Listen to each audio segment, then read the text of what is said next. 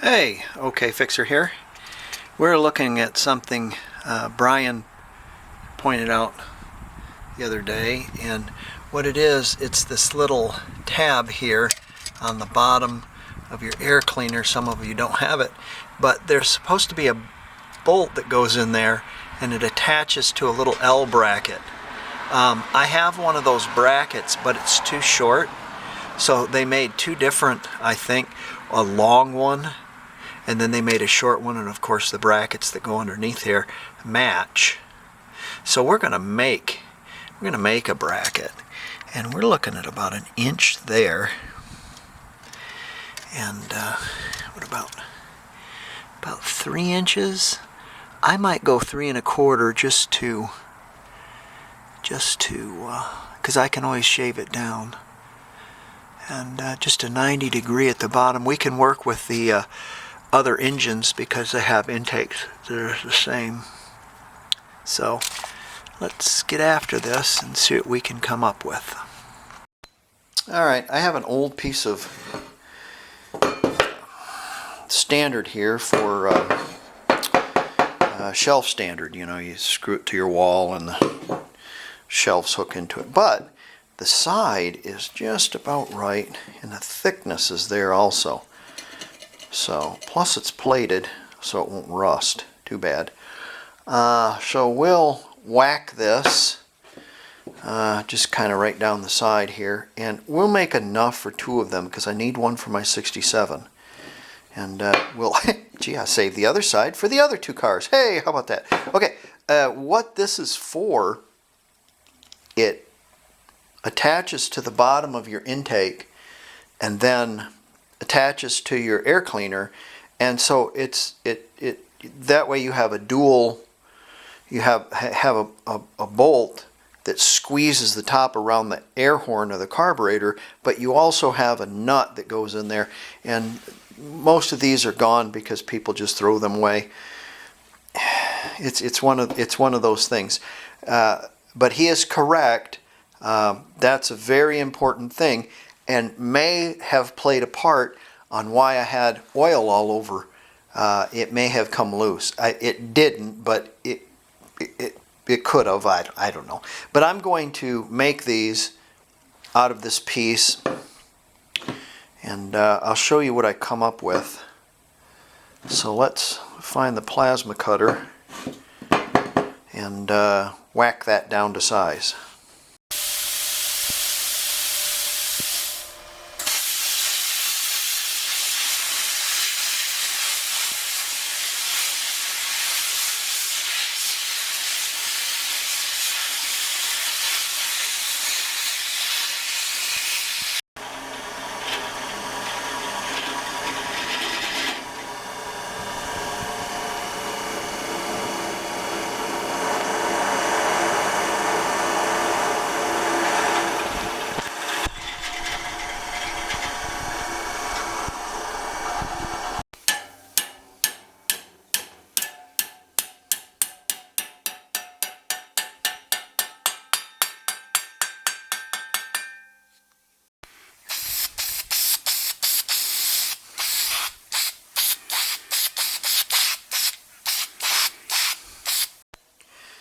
Alright, whether you like them or not, there they are, and they will work just fine.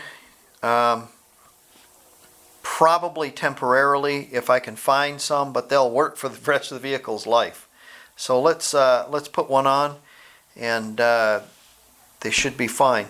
But like I said, the original one was kind of nickel plated, or it was plated steel. And very nicely done in the Volkswagen fashion, but these will work until I find the correct one. As I said before, I have one, but it's about that long because the tab on the air cleaner is shorter than the other one, so I don't know. I haven't looked at those other 2 air cleaners really to see if I have, because I've got another set of air cleaners. This just hasn't been on my priority list. So let's get this on the car, and we'll be done with it for now anyways.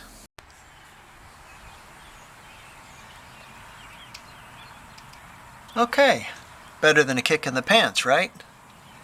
That ought to work pretty good. Very secure. Okay, that's good. Next.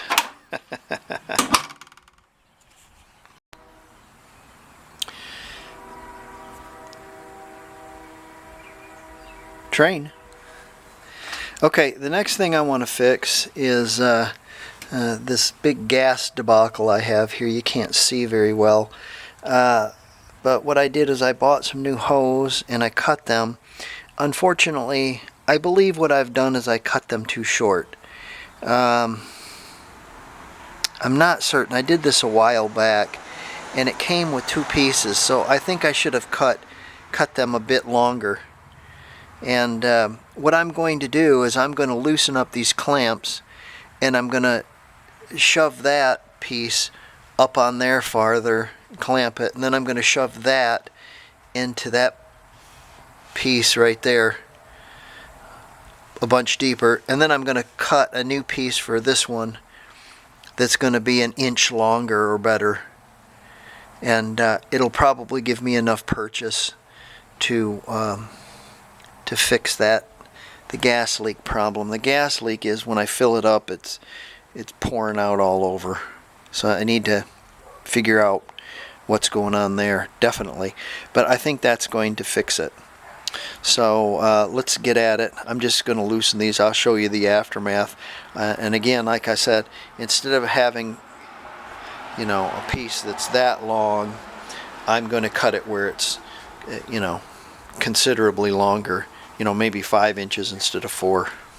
So, okay, we'll have a look at when I get done. Can't see anything in here anyways. So I wrestled that back together. I put a longer piece of tube on there, and it seemed to work okay. Underneath there is rubber seals. Make sure your rubber seals are there. And also what I did to help facilitate putting this thing together and tightening it up tight enough is I oiled my my screws, and when I oiled my screws, it allowed me to really clamp down on it a whole bunch better. So I think that's probably going to fix it. That might have been the problem right off the bat, is I couldn't clamp down on it good enough. So I really got it clamped down. I've never had problems with these except for this one, and it's just, it's biting me bad. But anyways, okay, so I think I have it now, and I've got those clamps really good and tight, and I think that should solve the problem, or at least make it 100% better. Great, on to the next thing. Alright, I want to talk to you about cars and parts. In my opinion, the cars that bring the best money for the buck, of course, you know, the 50s cars and the buses and things like that, yeah, but I don't work on buses and I don't work on older cars. I work on 66 through 70.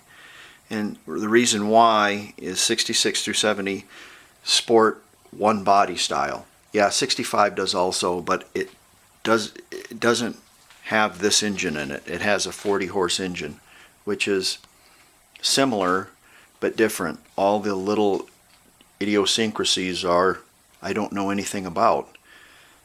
So, you know, I do know about these engines. The 66 has a 1300, and it's the first,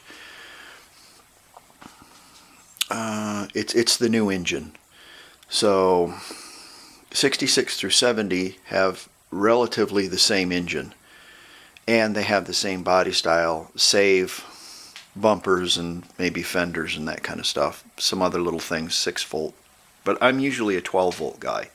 So 67 through 70, but 66, yeah, you understand where I'm going to. And I want to talk to you about the fact that you can have these relatively cheap.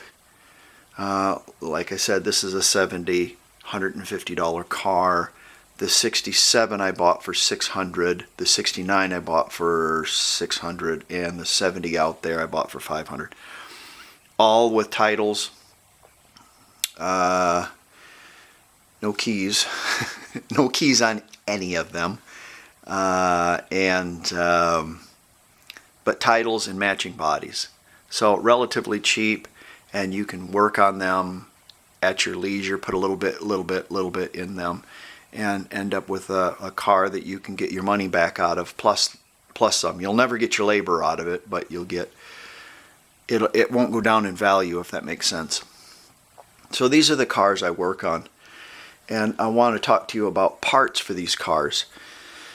So you can buy parts from like Wolfsburg West if you've got the bread. You know, those are really good parts, but they're really expensive also. So what's the alternative? Well, let me show you this. This intake I bought from Rock Auto, and it was $114. Now, it's an IAP made in Mexico or Brazil intake. And does it work? Oh yeah, it's a great intake. Is it correct? Nope. Well, why did you buy it then? Well, see, it had a clean heater tube. It wasn't all plugged up. It's new, so you know it's going to be able to circulate the heat from the exhaust around and preheat the carburetor correctly. Well, what's wrong with it? Well, when you put the carburetor on, the accelerator pump rubs on the fan shroud, and everything else is German. So I know that's what's wrong with it, is this. So how am I going to fix it? Well, already I had to do is I had to heat these up cherry red and bend them so they fit to the exhaust. Is the exhaust a Volkswagen exhaust original? No, I think it's Danish, but it's close, and it should have fit. Relatively should have fit. So how am I going to fix this? Well, I'm going to loosen these up, the intake itself up, and I'm going to put a pipe in the top here and heat these up cherry red. It's not a lot. It's not a lot. It's just it's like 1/8 of an inch, and see if I can get just a tick more. See if I can bend it just a tick more. Ooh, savage. Yeah, you're right. That is. But what else am I going to turn it back in? Say, oh, it doesn't fit. No, they're not going to take it. You know, I've already used it. So sometimes you got to work things. Original is always best. Original Volkswagen parts, reconditioned or shined up or fixed or oiled or put back into service, are always better than anything new, it seems like. And let's take, for instance, the lovely distributor and fuel pump on this engine here. Okay, these these are German parts. These are original German parts, but I bought them from this guy right here.